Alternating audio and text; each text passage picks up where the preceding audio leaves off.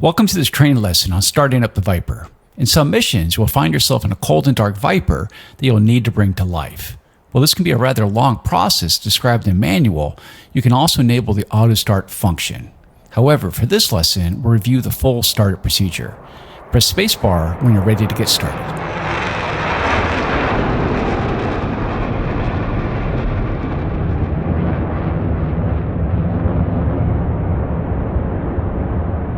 As we go, remember a right click generally positions the switch up, while a left click positions the switch down. First, position the main power switch to battery with a click of the right mouse button. This connects the aircraft's battery to essential systems and provides power needed for engine ignition.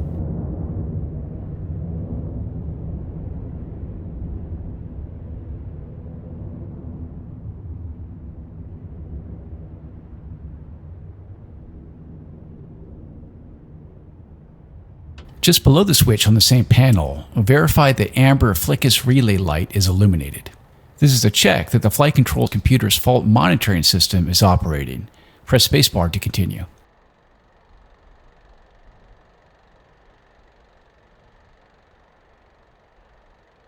Now, position the Flickus power test switch to the test position and hold it in place with the right mouse button. The 4 Flickus power lights next to the switch should illuminate. Returning to the electrical panel, the Flickus relay lights we're just looking at should turn off, and the TO Flickus and Flickus PMG lights should be on. This test verifies operation of the flight control computer with aircraft battery as the power source. Release the switch and press spacebar to continue.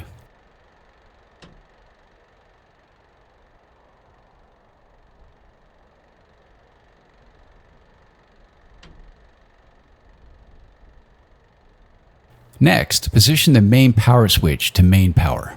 This prepares the aircraft to run off the engine-mounted generator, but electrical power is not available until the engine is up and running.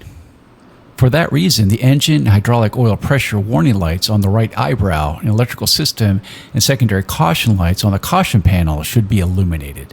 Press spacebar to continue.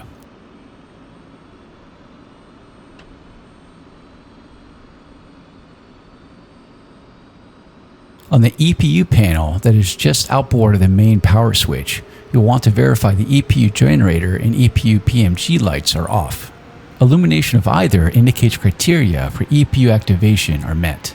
The EPU could activate and create hazardous conditions if the EPU safety pin is removed by the ground crew.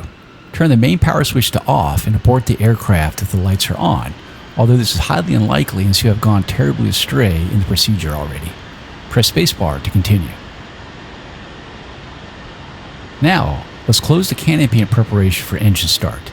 This can be delayed until taxi if you wish, but we'll close it now to cut down on noise. Use keyboard command left Control C to close the canopy. When it's fully closed, click the yellow canopy handle to lock it in place. Verify the canopy warning light on the right eyebrow goes out. Press spacebar to continue.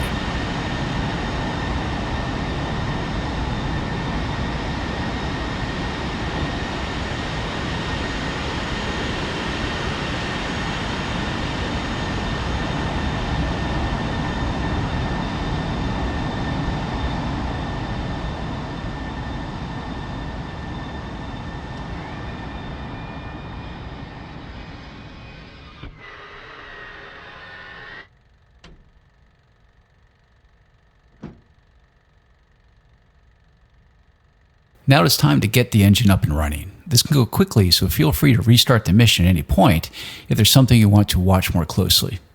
First, position the JFS switch to start 2 with a left click.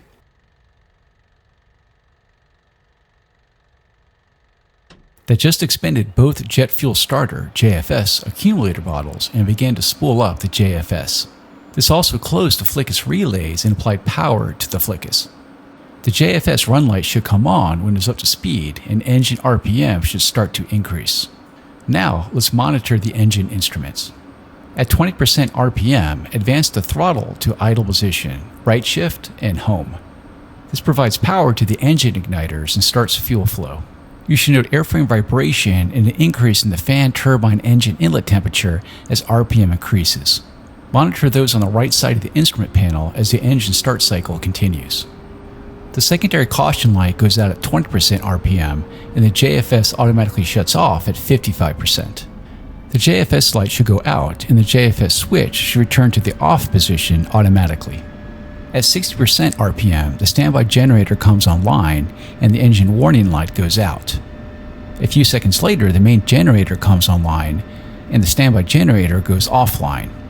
All aircraft systems are now running off electricity from the generator and are ready to be powered up. Normal indications after engine start are hydraulic and oil warning lights off, fuel flow between 700 and 1700 pounds per hour, oil pressure 15 psi minimum, nozzle position greater than 94%, RPM 62 to 80%, F-tip 650 C or less, and hydraulic pressure for A and B between 2850 and 3250 psi. Verify those on the instrument panel and press spacebar to continue.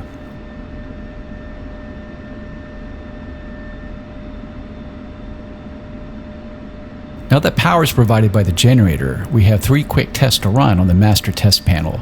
Position the probe heat switch to probe heat.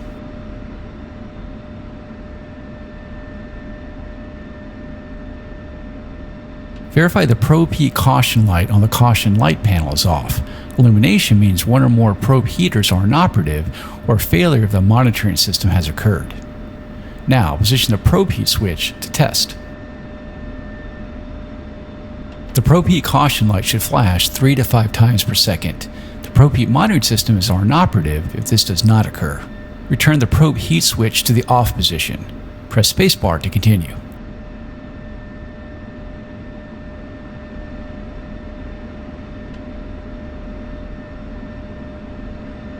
Next, depress the fire and overheat detect button. Verify that the engine fire warning light and the overheat caution light are illuminated when the button is pushed. This checks for continuity of the fire and overheat detection loops. Press spacebar to continue.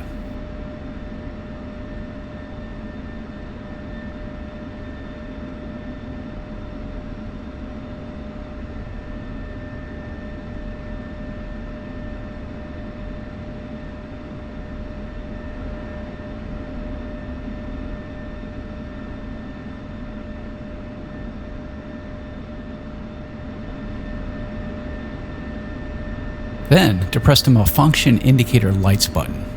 All cockpit warning, caution, and indicator lights should illuminate when the button is depressed. Voice message system audio alerts should play in priority sequence.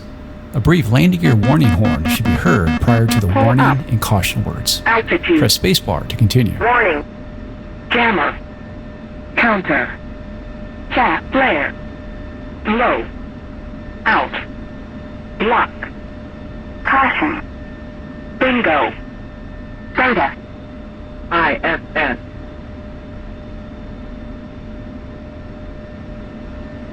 Now it's time to get our systems up and running and start the INS alignment. This is far easier than it sounds. First, turn on all the switches on the avionics power panel.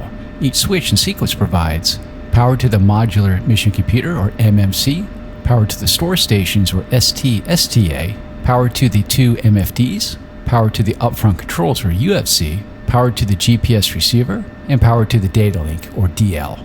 There's also a map power switch, but this is not used in the Block 50 Viper. Press spacebar to continue.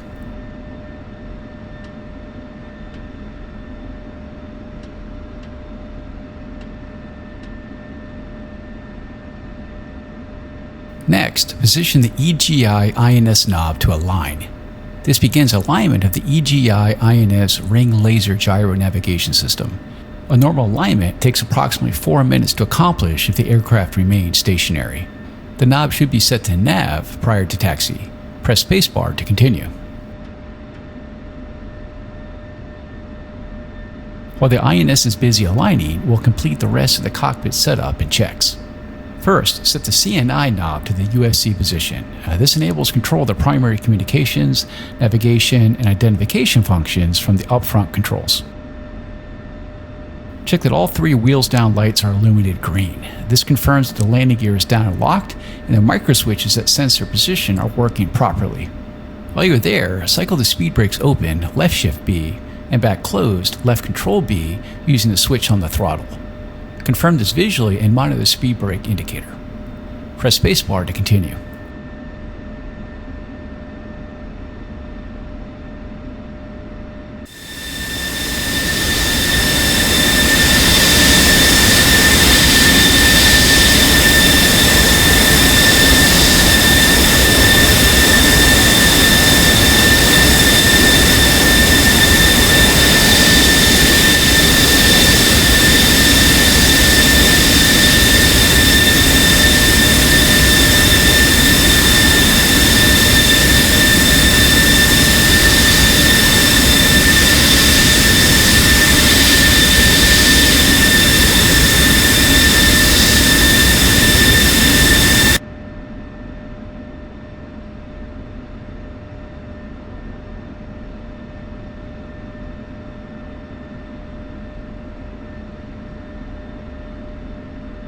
Next, engage the standby ADI on the instrument panel. This can be done by rotating the knob until the aircraft symbol is aligned with the horizon. Press spacebar to continue.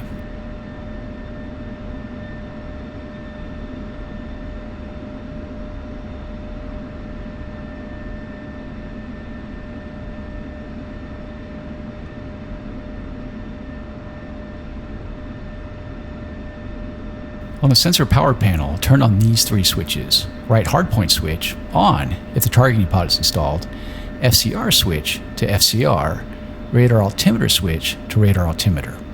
Radar and radar altimeter transmissions are inhibited until the aircraft becomes airborne, but activation of these systems may be delayed until just before takeoff. Press spacebar to continue.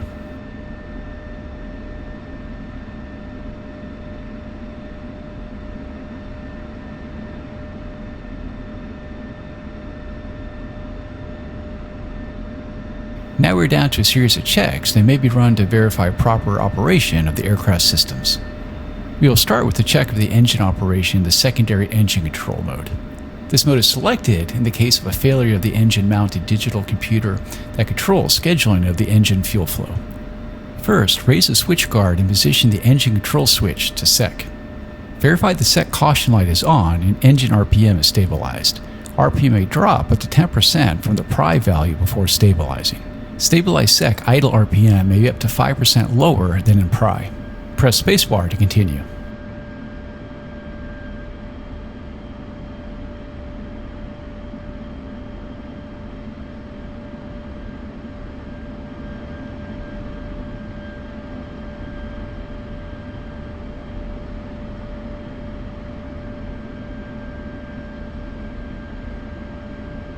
Now hold down the wheel brake to the next part so your aircraft does not move.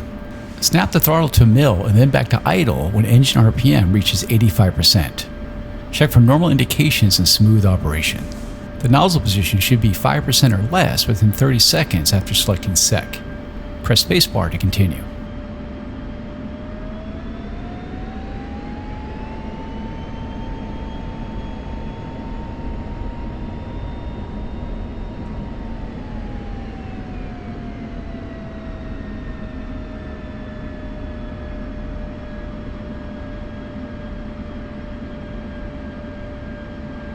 Now, set the engine control switch back to PRI and lower the switch guard. Check the SEC light goes out and nozzle position returns to greater than 94%. Press spacebar to continue.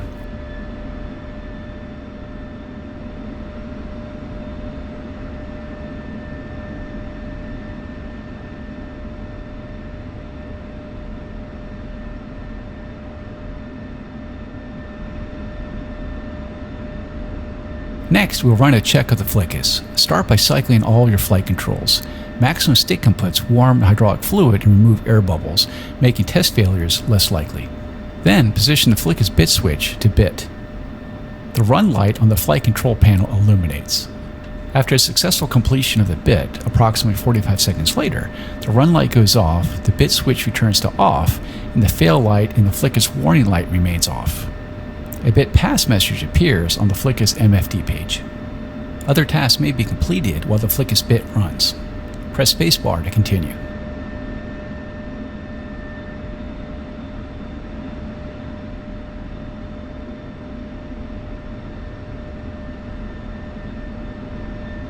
Now we'll test a fuel quantity indicating system. You will do this by checking the state of the fuel quantity indicator with the fuel quantity knob in the different positions. Start by positioning the fuel quantity knob to test. On the fuel quantity indicator, the FRAL pointer should indicate 2,000 plus or minus 100 pounds, and totalizer should indicate 6,000 plus or minus 100 pounds. The forward and aft low fuel caution lights should illuminate. The quantity readouts in the other positions should match the aircraft's actual fuel load. After the check is complete, set the fuel quantity knob back to the norm. Press spacebar to continue.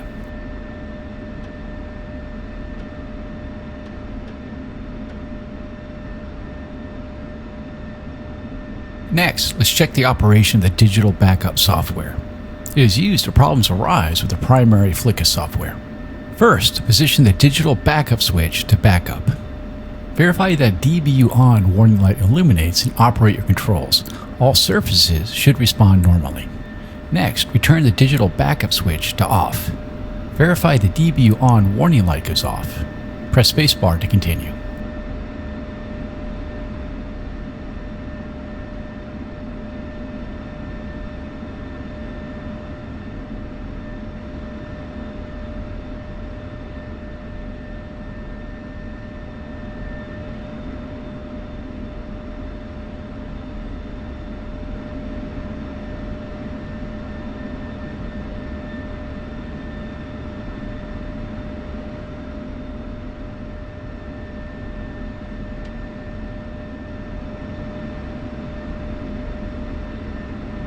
Now we'll verify that the trim system is functioning correctly.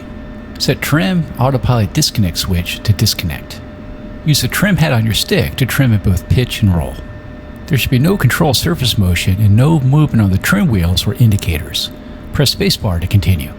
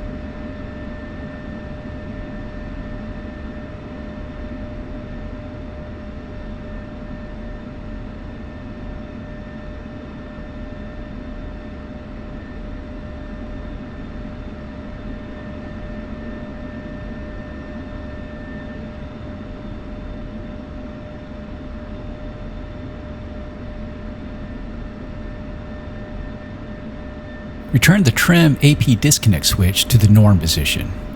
Again, use your trim head on the stick to trim at both pitch and roll. The control surface and trim indicators should move. Center the trim for pitch and roll and use the yaw trim knob to check the center trim for yaw. Press spacebar to continue.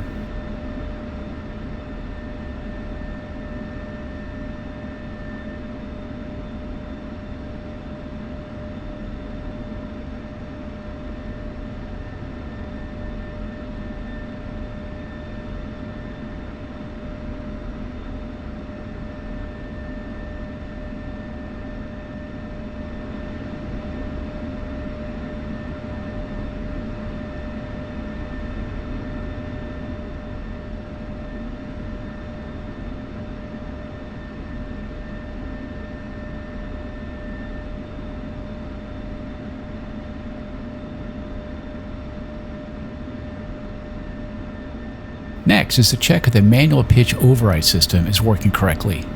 Start by pushing the stick full forward and holding that position. The horizontal tail should deflect down. Then, position the MPO switch to override and hold. Confirm that horizontal tail trailing edges move further down. Release the stick and MPO switch and confirm that the horizontal tail returns to its original position. Press spacebar to continue.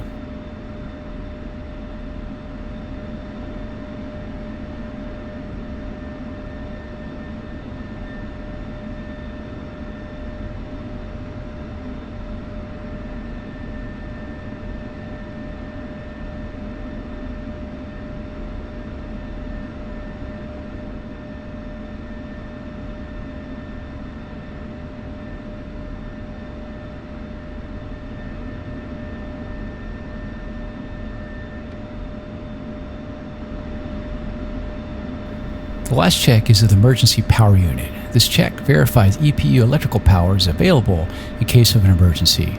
It may be delayed until just before takeoff if desired. First, check EPU fuel quantity reads 95 to 102%. Next, set oxygen to 100%. Then, holding down the brake, increase engine RPM to 10% above normal idle. Press spacebar to continue.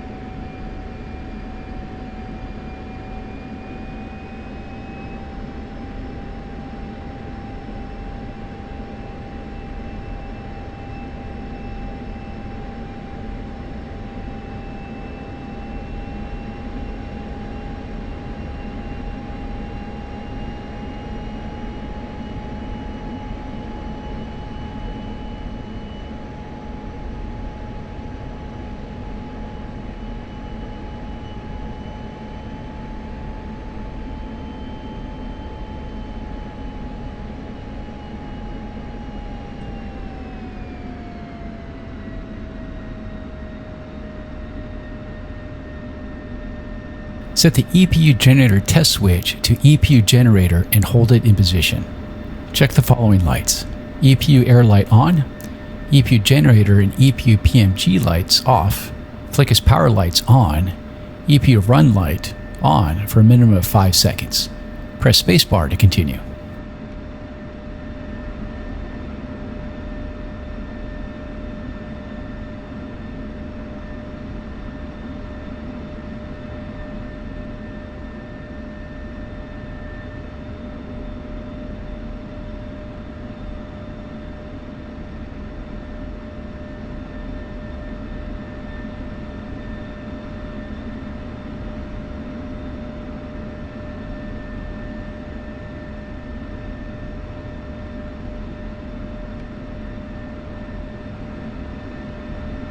Return the EPU generator test switch to the off position.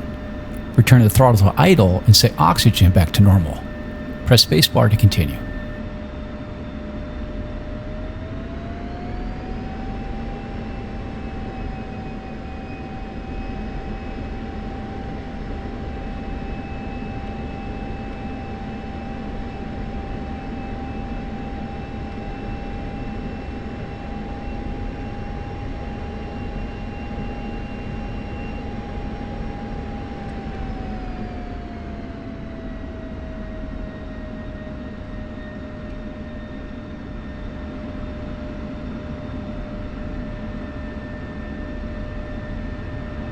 That's it. You're ready to taxi as soon as your INS alignment is complete, and you position the EGI INS knob to nav.